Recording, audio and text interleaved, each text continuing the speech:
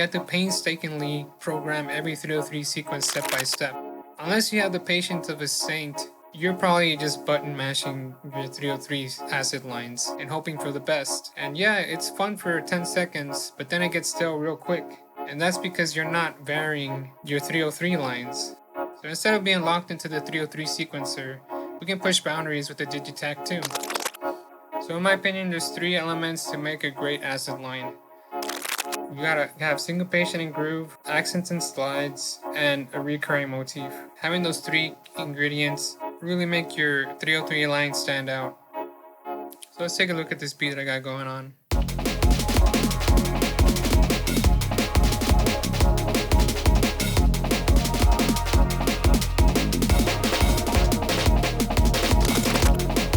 Once you got a feel for your bass drum and your bass line, how those are working together, you can start to find pockets inside the beat.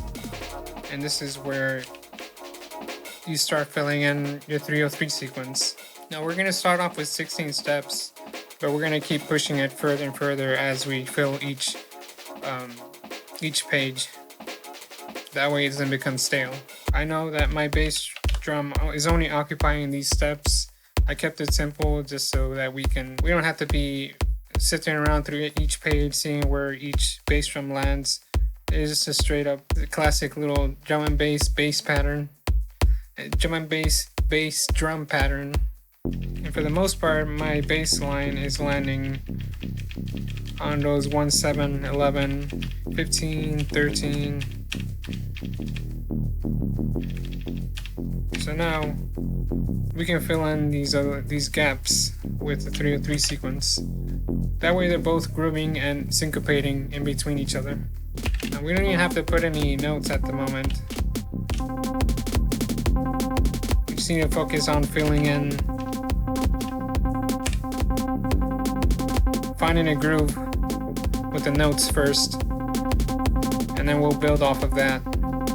Use some other things you want to focus on while you're working on your 303 sequence. If you want a really nice staccato, syncopated, like bite-sized notes, you want to set this to, 32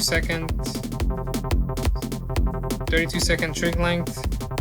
You want to set your velocity right at 100.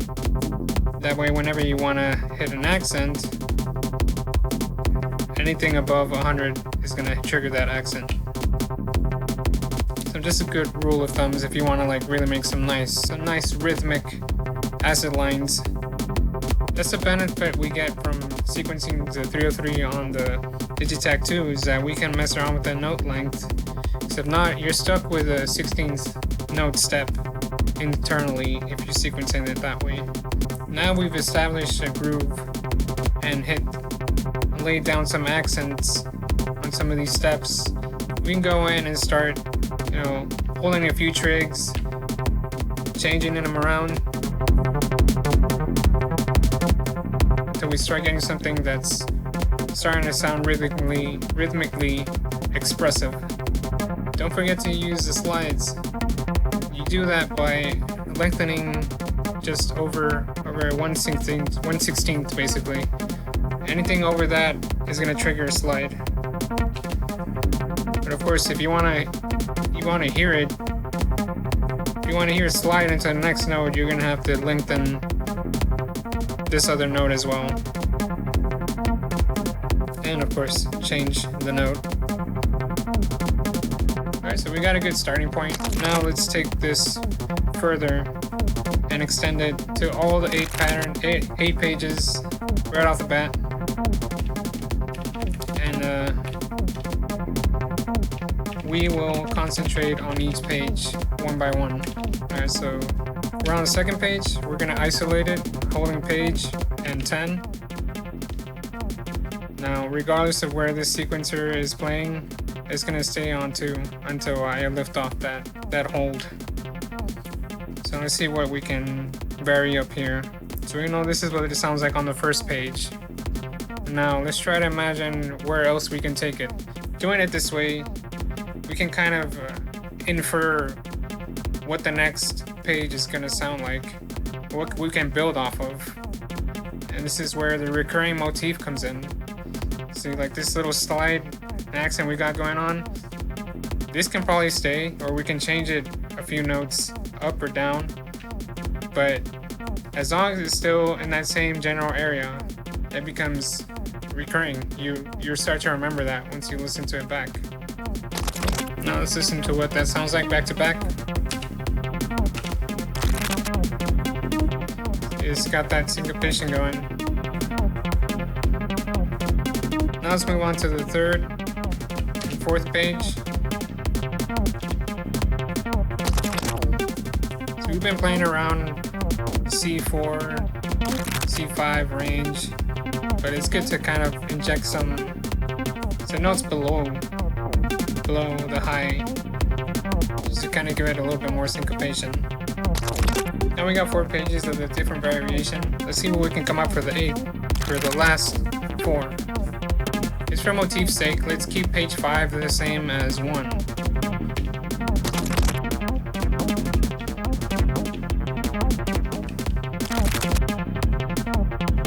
For the last 2 pages, I kind of want to go a little bit more spastic and kind of have a chaotic resolution, but still leads back into the first page. Now going off a little bit of the key, I don't actually play a D in any of the sequence, any of the bass sequence or any of the melodies. So it kind of takes you on by surprise, and it makes the 303 line more exciting. So now we got 8 variations of the 303 pattern. This is what it sounds like.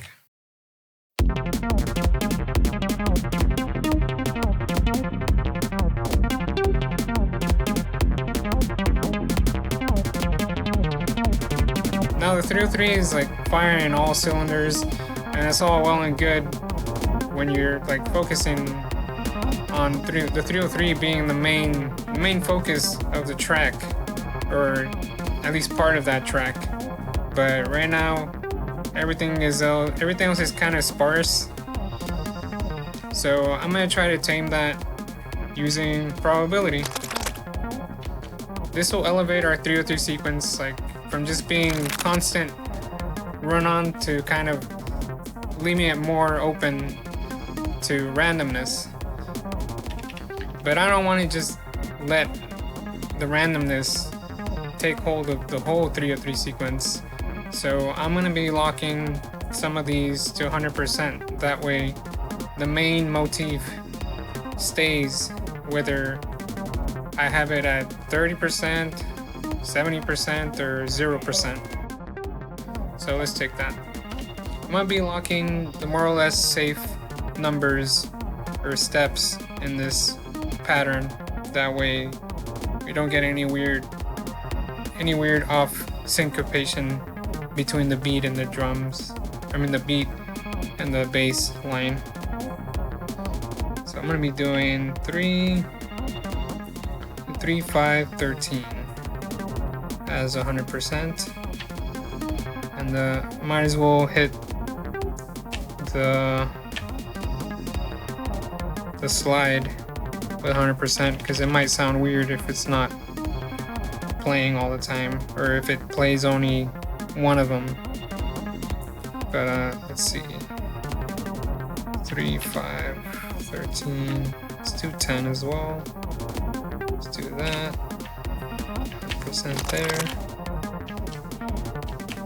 So now let's turn that 100% down to 0, and we're only going to hear the ones I locked. So let's check that out.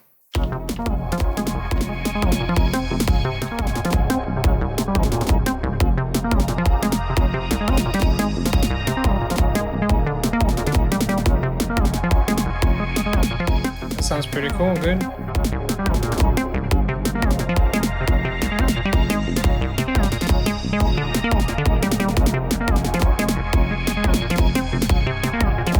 Sprinkling some extra notes in there.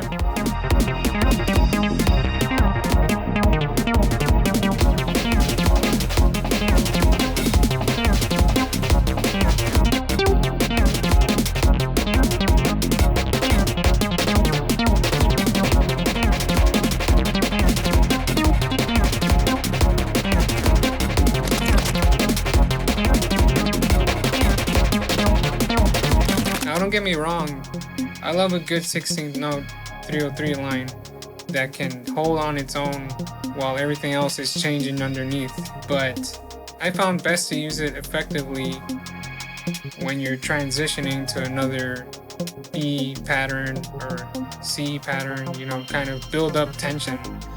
For my main melodies and stuff like that, I like to keep it varied, kind of make the box sing, kind of treat it like like a guitar lead, if you would.